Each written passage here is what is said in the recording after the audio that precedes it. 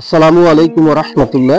শিক্ষক নিবন্ধনের মাধ্যমে চাকরি প্রত্যাশী ভাই ও বোনেরা, আজকে এমন 10টি সাবজেক্ট নিয়ে আলাপ আলোচনা করব যে 10টি সাবজেক্টে ষষ্ঠ গণ বিজ্ঞপ্তিতে চাকরি পাওয়ার সম্ভাবনা বেশি। চলুন কথা না বাড়িয়ে কাজ শুরু করি। আলহামদুলিল্লাহ, যারা ইবতেদায়ী কারি পোস্টে টিকেছেন তাদের জন্য শুকরিয়া যে এই সাবজেক্টটি আমি প্রথমে রেখেছি, এই জন্য যে ইবতেদায়ী কারি পোস্টে কোনো প্রার্থী হলে আসতে চায় না, এরকম প্রার্থী খুঁজে পাওয়া বড় মুশকিল। প্রত্যেকটা মাদ্রাসায় প্রায় ইবতেদায়ী কারির প্রয়োজন। সেই হিসেবে ইবতেদায়ী কারি যারা নিবন্ধন টিকেছেন তাদের অবশ্যই একটি চাকরি হবে ইনশাল্লাহ, 100% ধরে রাখুন। আমি দ্বিতীয় বিষয় হিসেবে রেখেছি তথ্য ও যোগাযোগ প্রযুক্তি। তথ্য ও যোগাযোগ প্রযুক্তি বর্তমানে এর চাহিদা তুঙ্গে, কিন্তু সেই তুলনায় প্রার্থী অনেক কম।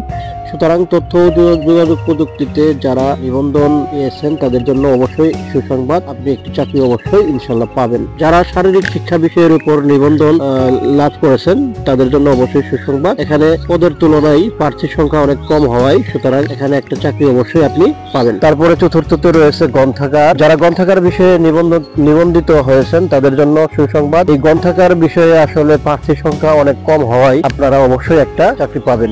বরাবরই আগের চাহিদার মতো আরবি খুবই গুরুত্বপূর্ণ। আরবি বিষয়ে যারা নিবন্ধিত হয়েছেন তাদের জন্য সুসংবাদ। আরবি বিষয়ে সহকারী মৌলবী, ইবতেদায়ী জুনিয়র মৌলবী, এসব পদগুলা কিন্তু অনেক ফাঁকা। সুতরাং আরবি বিষয়ে যারা নিবন্ধন লাভ করেছেন তারা অবশ্যই একটা চাকরি ইনশাল্লাহ পাবেন। 5 নম্বরে রেখেছি কম্পিউটার সায়েন্স। আপনারা জানেন ইতিমধ্যে কম্পিউটার সায়েন্সের যে কত চাহিদা। এই পোস্টের জন্য প্রার্থী সংখ্যা কম হওয়ায় আপনার একটা চাকরি হবেই। প্রথম চান্সে যদি চাকরি পেতে চান অবশ্যই জুনিয়র মৌলবী কার্যকর ভূমিকা রাখবে। এই বিষয়ে যারা নিবন্ধিত হয়েছেন অর্থাৎ জুনিয়র শিক্ষক, জুনিয়র মৌলবী, এসব পোস্টে বেতন ভাতা কম হওয়ায় অনেক প্রার্থী আসতে চান না। বিধায় যারা নিবন্ধন দিয়েছেন এবং নিবন্ধন পেয়েছেন তারা অবশ্যই একটা চাকরি পেয়ে যাবেন আপনাদের প্রথম আবেদনেই, গণবিজ্ঞপ্তিতে। রসায়ন আসলে যারা নিবন্ধন দিয়েছেন আসলে এই বিষয়গুলা বিজ্ঞানের হওয়ায় অর্থাৎ কঠিন হওয়ায় অনেক প্রার্থী অনেক ঝরে যায়। সুতরাং যারা নিবন্ধন পেয়েছেন তারা অবশ্যই মনে রাখবেন একটা চাকরি পেয়ে যাবেন। পদার্থ বিজ্ঞান, আসলে